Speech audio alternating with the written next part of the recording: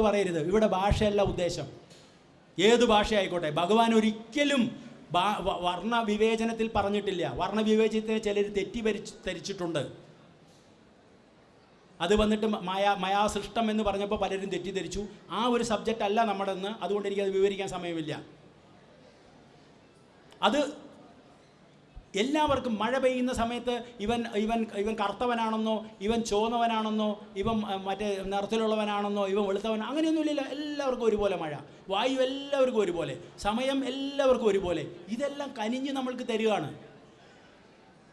എന്നിട്ടും നമ്മളിൽ പലരും പല വ്യത്യാസങ്ങളും വരുന്നുണ്ട്. ചിലർ പറയും ഇതൊക്കെ ഇങ്ങനെ കനിഞ്ഞ് തരുന്നുണ്ട്, എനിക്കെന്താ കിട്ടാഞ്ഞത്. ഒരു പോയിൻറ്റും കൂടെ പറഞ്ഞിട്ട് ഞാൻ എൻ്റെ ഈ ഭക്തി പ്രഭാഷണം ഇവിടെ ഉപസംഹരിക്കാം. ഒരു 15 മിനിറ്റ് കൂടെ സമയമുണ്ട് എനിക്ക്. നാം ഒടുവിൽ നമ്മളിപ്പോൾ ചെയ്തുകൊണ്ടിരിക്കുന്ന, നേരത്തെ പറഞ്ഞു ഞാൻ സമാധാനവും സുഖവും ഒക്കെ വാങ്ങാൻ കിട്ടുമെന്ന് ഞാൻ ചോദിച്ചു. അതിന് നിങ്ങൾക്കൊരു ഉത്തരം തരാം ഞാൻ. ഇപ്പം നമ്മൾ ഒരു ബ്ലെയിമിങ് ഗെയിം എന്ന് പറയും, വേറൊരാളെ ബ്ലെയിം ചെയ്യുന്നൊരു കളിയാണ് നമ്മളിപ്പോൾ കളിച്ചുകൊണ്ടിരിക്കുന്നത്. നമ്മൾ വിചാരിക്കുന്നത് എൻ്റെ എല്ലാ ദുഃഖത്തിനും കാരണം ആരോ വേറൊരാളാണ്.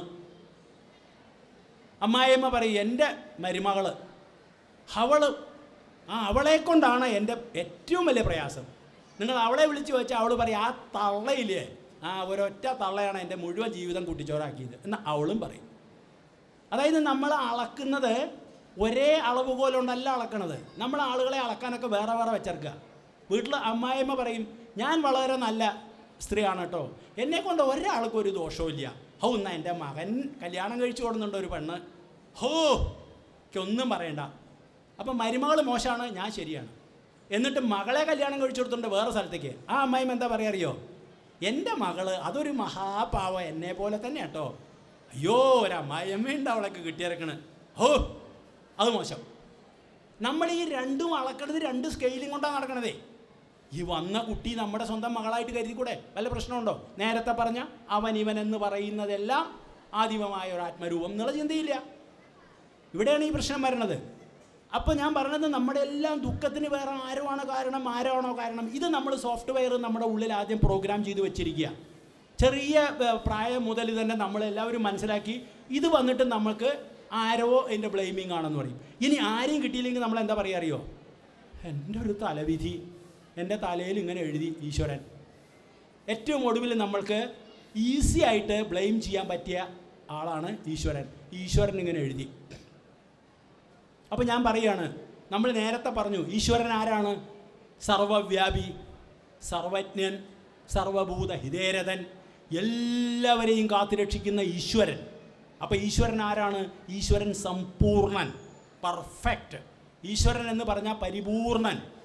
വ്യക്തമാണല്ലോ എല്ലാവർക്കും. അതുകൊണ്ടാണല്ലോ നമ്മളെല്ലാവരും ഇത്രയും വലിയ തിരക്കിൽ ഇവിടെ വന്നത്. നമ്മൾ ഈശ്വരനെ മാത്രം നിലവിളിച്ചുകൊണ്ട് നമ്മൾ നമസ്കരിക്കുന്ന എന്തിനാണ്? ഈശ്വരൻ എല്ലാത്തിനും മേലെ, ഈശ്വരൻ തന്നെ എല്ലാം. ത്വമേവ മാതാച്ച പിതാ ത്വമേവ, തുമേവ ബന്ധൂച്ച സഖാ ത്വമേവ, തുമേവ വിദ്യാ ദ്രവണം ത്വമേവ, തുമേവ സർവം മമദേവ ദേവ. നമ്മൾ ആർത്തിയിൽ പറയുന്നുണ്ട്, നീ തന്നെയാണ് അമ്മ, നീ തന്നെയാണ് അച്ഛൻ, നീ തന്നെയാണ് വിദ്യ, നീ തന്നെയാണ് ബന്ധു, നീ തന്നെയാണ് എൻ്റെ സഖ, എല്ലാം നീ തന്നെയാണെന്ന് പറയുന്നു. ആ ഈശ്വരൻ ആണ് ഇപ്പം നമ്മുടെ ഈ തലയിൽ ഇങ്ങനെ എഴുതണത്. ഇപ്പം നമ്മുടെ നാട്ടിൽ നടന്നുകൊണ്ടിരിക്കുന്നത് എന്താണ്? ചിലർ പെട്ടെന്ന് മരിച്ചു പോണു, ചിലരിങ്ങനെ മരിക്കാതെ കിടക്കണു, ആൾക്കാർ കാത്തിരിക്കണു, ഭഗവാനെ ഇത് എന്നാ ഒന്ന് തീരുക. ആദ്യം ഫോൺ വന്നാൽ വിചാരിക്കും പോയിന്ന്. അപ്പോൾ ഇല്ലാട്ട് ഒന്ന് കുറച്ച് പെയ്താണ്, എത്തിരി വെള്ളമൊക്കെ കുടിച്ചു, ഇതിന് നീ പോയില്ലേ. അങ്ങനെ കൊറോണം കിടക്കുക. കൊറോണം വിചാരിക്കാതിരിക്കുമ്പോഴെങ്കിൽ പോവുക. ചിലർ അച്ഛൻ്റെ മുമ്പിൽ ഇത് വിവരിച്ചാൽ അന്തല്ല. അപ്പോൾ ഇതെല്ലാം വളരെ മോശമായിട്ടാണ് നടക്കുന്നത്. ചിലർ ഭയങ്കര സുന്ദരന്മാർ, ചിലർ തീരെ വിരൂപികൾ, ചിലർക്ക് കൈയില്ല, ചിലർക്ക് കാലില്ല, ചിലർക്ക് ജന്മനാ പ്രശ്നം, ചിലർക്ക് വാൾവിൻ്റെ. ഇതാരാ തരണത്? ഇതൊക്കെ വിധിയല്ലേ. ഞാൻ ഇപ്പോൾ നേരത്തെ പറഞ്ഞു ഒരുപാട് വിവരണങ്ങളൊന്നും ഈശ്വരന്. ഈ ഈശ്വരനല്ലേ ഇപ്പോൾ ഇതൊക്കെ എഴുതിയത്. അപ്പോൾ ഇതിലെന്തോ പ്രശ്നമുണ്ടല്ലോ. അപ്പോൾ ഈശ്വരൻ പക്ഷഭേദമല്ലേ ചെയ്യണത്? ഇത് നമ്മൾ ആലോചിക്കേണ്ട ഒരു കാര്യമാണ്. കാരണം നമ്മുടെ ഇന്നത്തെ വിഷയം ഭക്തൻ്റെ ലക്ഷണങ്ങളെന്നാണ്. അപ്പോൾ നമ്മളൊരു യഥാർത്ഥ ഭക്തൻ ആരാണെന്നും കൂടെ അറിയണം. അതിനുവേണ്ടിയാണ് ഞാനിത് ഈ ഉപസംഹാരത്തിൽ ഈ ഒരു കാര്യം കൂടെ നിങ്ങളോട് പറയാമെന്ന് ഞാൻ ആഗ്രഹിക്കുന്നത്. അപ്പോൾ ഇത്രയും പെർഫെക്ഷനായ ഈശ്വരൻ ഇങ്ങനെ ഒരു വ്യത്യാസം എന്തുകൊണ്ട് ചെയ്യണു? ഇത് നമ്മുടെയൊക്കെ മനസ്സിൽ വരേണ്ടതല്ലേ ഈ ഒരു ചോദ്യം? അപ്പം നമ്മൾ ഇതെന്താ ഇങ്ങനെ സംഭവിക്കുന്നത്? നമ്മുടെ ഒടുവിൽ എന്താണ് പറയുന്നത്? അത് എൻ്റെ തലവിധി, ഏതായാലും ഇത് എൻ്റെ യോഗ കേട്ടോ, ഈശ്വരൻ എന്തോ നമ്മുടെ തലയിൽ. അല്ലെങ്കിൽ അടുത്തുള്ള ഒരാളുണ്ട്, അദ്ദേഹം അടിക്കടി വെച്ചടി കയറ്റം, എന്നിട്ട് പറയും, ഓ ഇന്നത്തെ കാലത്ത് ദുഷ്ടന്മാരെയൊക്കെ ഈശ്വരൻ പന പോലെ വളർത്തുക കേട്ടോ. ഇതും എവിടുന്നോ നമ്മൾ സോഫ്റ്റ്വെയർ അകത്ത് കയറ്റി വെച്ചിട്ടുണ്ട് ചെറുപ്പം മുതൽ. അതങ്ങോട്ട് നമ്മൾ പരസ്യമാക്കി. പഴഞ്ചൊല്ലുകൾ പഴയത് മുഴുവൻ എടുത്ത് കളയും നിങ്ങൾ. അതൊക്കെ ഡിലീറ്റ് കളയേണ്ട സമയമായി. അതിലൊക്കെ ആൾട്ടർനേഷനും മോഡിഫിക്കേഷനൊക്കെ ചെയ്യണപ്പോൾ. പണ്ട് കാലത്ത് വിദ്യാഭ്യാസം ഇല്ലാത്ത ആളുകൾ ഇന്ന് സകല ആളുകൾ ലാപ്ടോപ്പും കമ്പ്യൂട്ടറും കൊണ്ട് നടക്കല്ലേ. അപ്പോൾ ഇതിനൊക്കെ ഒന്ന് മാറ്റം വരണ്ടേ? ഇതിലെന്താ മാറ്റം വരുത്താത്ത? എന്നിട്ട് ആ പഴയ പഴഞ്ചൊല്ല് അല്ല, അതിപ്പോൾ അവൻ്റെ ഒരു തലവിധി ഇങ്ങനെയായിപ്പോയി, അവന് ഒന്നും കിട്ടിയില്ല, അവനൊന്നും ശരിയാവാൻ പറ്റിയില്ല. ഈ വികസനം ഇത്രയും മുന്നിട്ട് നിൽക്കുന്ന കാലഘട്ടത്തിൽ അതിൻ്റെ കാരണം അന്വേഷിക്കുന്നുണ്ടോ? രോഗത്തിൻ്റെ ലക്ഷണം പാരാസിറ്റമോൾ മതി. അതാണ് ഞാൻ നേരത്തെ പറഞ്ഞത്. അപ്പോൾ ഈ ഈശ്വരൻ ഇങ്ങനെ എഴുതണമെങ്കിൽ നമ്മളൊന്ന് ആലോചിക്കണ്ടേ, ആ ഈശ്വരനെ നമ്മൾ ഭജിക്കണോ? നമ്മളൊക്കെ ഇപ്പോൾ ബുദ്ധിമുട്ടി ഇവിടെ വന്നില്ലേ? ഇതെല്ലാം നമ്മുടെ തലയിൽ ഗുരുവായൂരപ്പനാണോ എഴുതിയെന്നുണ്ടെങ്കിൽ അങ്ങനെ ഒരു ചോദ്യം നമുക്ക് ചോദിക്കണമല്ലോ. ഇനി ഞാൻ നിങ്ങളോടൊരു ഒരു വളരെ ലളിതമായ നിങ്ങൾക്ക് വ്യക്തമാക്കി തരാൻ വേണ്ടി ഞാനൊരു കാര്യം പറയാം. ഇനി ഒരു പക്ഷേ നിങ്ങളൊക്കെ ഉണ്ടാവും, നിങ്ങളിൽ പല ആളുകൾക്കും മക്കളുണ്ടാവും, മക്കളുടെ മക്കളുണ്ടാവും. ചിലർക്ക് 2 കുട്ടി, ചിലർക്ക് 4 കുട്ടി, ചിലർക്ക് 6 കുട്ടി ആയിക്കോട്ടെ. നിങ്ങളിരിക്കുന്നവർക്കൊക്കെ ആർക്കെങ്കിലുമൊക്കെ ഉണ്ടാവും, ചിലർക്ക് ഉണ്ടാവില്ല. പക്ഷേ മക്കളുള്ളവരുടെ കാര്യം ഞാൻ പറയുകയാണ്. നിങ്ങളോട് പറയുകയാണ്, ഒരു കാര്യം ചെയ്യുക, ദൈവം പറയാം, നിങ്ങളുടെ മക്കളുടെ തലയിലെഴുത്ത് നിങ്ങളങ്ങോട്ട് എഴുതിക്കോളൂ. അങ്ങനെ നമുക്കൊന്ന് സങ്കല്പിക്കാമല്ലോ. നമ്മൾ എന്തൊക്കെയോ സങ്കല്പിക്കുന്ന കൂട്ടത്തിൽ നിങ്ങളുടെ മക്കളുടെ തലയിലെഴുത്ത് നിങ്ങളങ്ങോട്ട് എഴുതിക്കോളൂ. നിങ്ങളെന്താ എഴുതുക? നിങ്ങൾ പറഞ്ഞു കാണും, അവ മഹാമോശമാണ്, എൻ്റെ മകൻ അത്ര ദുഷ്ടനാണ്, അവനെ എനിക്ക് കാണണ്ട, അങ്ങനെ എങ്ങനെയെന്നൊക്കെ പറഞ്ഞാലും ഒരവസരം തന്നു നിങ്ങളോട്, അതെ പെട്ടെന്ന് വേണം, നിങ്ങൾക്ക് 10 മിനിറ്റ് സമയം തരാം, നിങ്ങൾ എന്താ എഴുതണേ? നിങ്ങൾ ഏറ്റവും നന്നായിട്ട് എഴുതും. എങ്ങനെയെങ്കിലും അവൻ ടാറ്റ ബിർളയേക്കാൾ വലിയ ആളായിരിക്കണേ, മറ്റേ ആ അംബാനിക്ക് അവൻ്റെ കീഴിൽ വന്ന് ജോലി, അങ്ങേയറ്റം നന്മയുള്ളതേ നിങ്ങൾ എഴുതുള്ളൂ. യാതൊരു സംശയവുമില്ല. ആണോ അല്ലയോ? നിങ്ങളുടെ മക്കളുടെ തലയിലെഴുത്ത് നിങ്ങളോട് എഴുതാൻ പറഞ്ഞാൽ നിങ്ങൾ നന്നായിട്ടേ എഴുതുള്ളൂ. ഇവിടെ നമ്മൾ പറഞ്ഞു തുമേവ മാതാച്ച പിതാ തുമേവ, നമ്മളുടെ അച്ഛനും അമ്മയുമാണ് ഈശ്വരൻ. ആ ഈശ്വരൻ അങ്ങനെ എഴുതുമോ? സിമ്പിളായിട്ട് നമുക്ക് മനസ്സിലാക്കാൻ യാതൊരു ബുദ്ധിമുട്ടുമില്ല. ഇനി ഇതിൽ വേറെ അതിവിശേഷമായൊരു കാര്യമുണ്ട്. ഈ നമ്മുടെ മക്കളുടെ അച്ഛനും അമ്മയും എന്ന് നമ്മൾ പറയണത് ഈ ജന്മത്തിലാണ്. ഇതിൻ്റെ മുൻപിൽ കഴിഞ്ഞ ജന്മത്തിൽ നമ്മുടെ മക്കൾ ആരുടെ മക്കളായിരുന്നു? നമ്മൾ മരിക്കും, നമ്മുടെ മക്കളും മരിക്കും, മക്കളുടെ മക്കളും മരിക്കും, എല്ലാവരും മരിച്ചേ പറ്റൂ. ജനിച്ചവരെല്ലാവരും മരിക്കും. അടുത്ത ജന്മത്തിൽ നമ്മുടെ ഈ പുന്നാര മക്കൾ ആരുടെ മക്കളായിട്ട് ജനിക്കും? നമുക്കറിഞ്ഞുകൂടാ. 1 നൂറ്റാണ്ട് മുമ്പ്, 100 വർഷം മുമ്പ് നമ്മൾ ആരും ഈ ദിവസത്തിൽ ഈ സ്ഥലത്തുണ്ടായിരുന്നില്ല. ഇനി 100 വർഷം കഴിഞ്ഞാൽ നമ്മൾ ആരും ഇതേ ദിവസം ഇവിടെ ഉണ്ടാവില്ല. വളരെ സിമ്പിൾ ആണോ അല്ലയോ? അപ്പോൾ ഈശ്വരൻ എന്ന് പറയുന്നത് എത്രയോ വർഷങ്ങളായിട്ട്, എത്രയോ വർഷം എന്ന് പറഞ്ഞാൽ ലക്ഷങ്ങൾ, 84 ലക്ഷം യോനികളിൽ ജീവിച്ചതിന് ശേഷമാണത്രേ മനുഷ്യജന്മം ലഭിക്കുന്നത്. അപ്പോൾ 84 ലക്ഷം നമ്മുടെ അച്ഛനും അമ്മയായിട്ട് ഇങ്ങനെ. അപ്പോൾ എത്ര സ്നേഹം ഉണ്ടാവും? വളരെ വിസ്തരിച്ച് മനസ്സിലാക്കണം നിങ്ങൾ. ഒരാൾക്കും ഒരു സംശയം ഉണ്ടാവരുത്.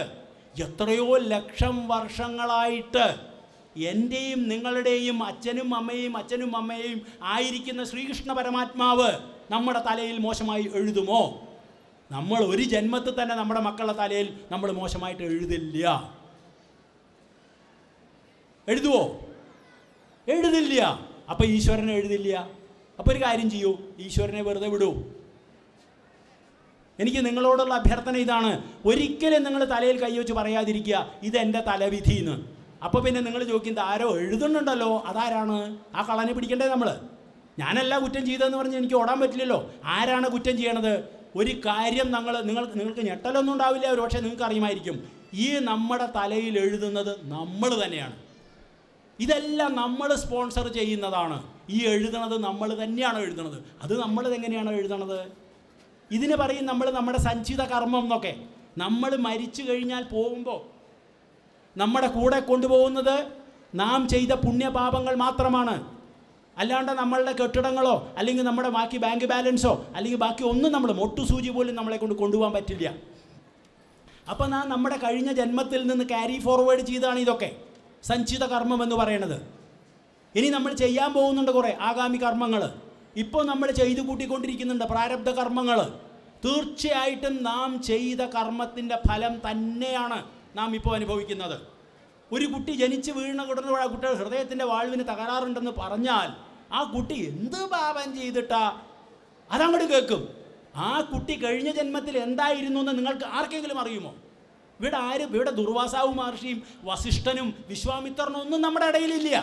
ത്രികാലദർശികൾ ഉണ്ടായിരുന്നു. നിങ്ങൾ പുരാണം വായിക്കുമ്പോൾ അവർ പറയും ഈ കുട്ടിയുടെ ജന്മം ഇങ്ങനെയായിരുന്നു, ഈ കുട്ടി ഇനി ഇങ്ങനെ തന്നെ ചെയ്യും, എന്നതൊക്കെ വരും. ശബരിയോട് പറഞ്ഞില്ലേ, ശ്രീരാമ അവതാരം ഉണ്ടാവുമ്പോൾ ശബരിക്ക് ശ്രീരാമൻ്റെ അവതാരം വരുമ്പോൾ കാണാമെന്ന് എത്രയോ വർഷങ്ങൾക്ക് മുമ്പ് പറഞ്ഞു വെച്ചില്ലേ?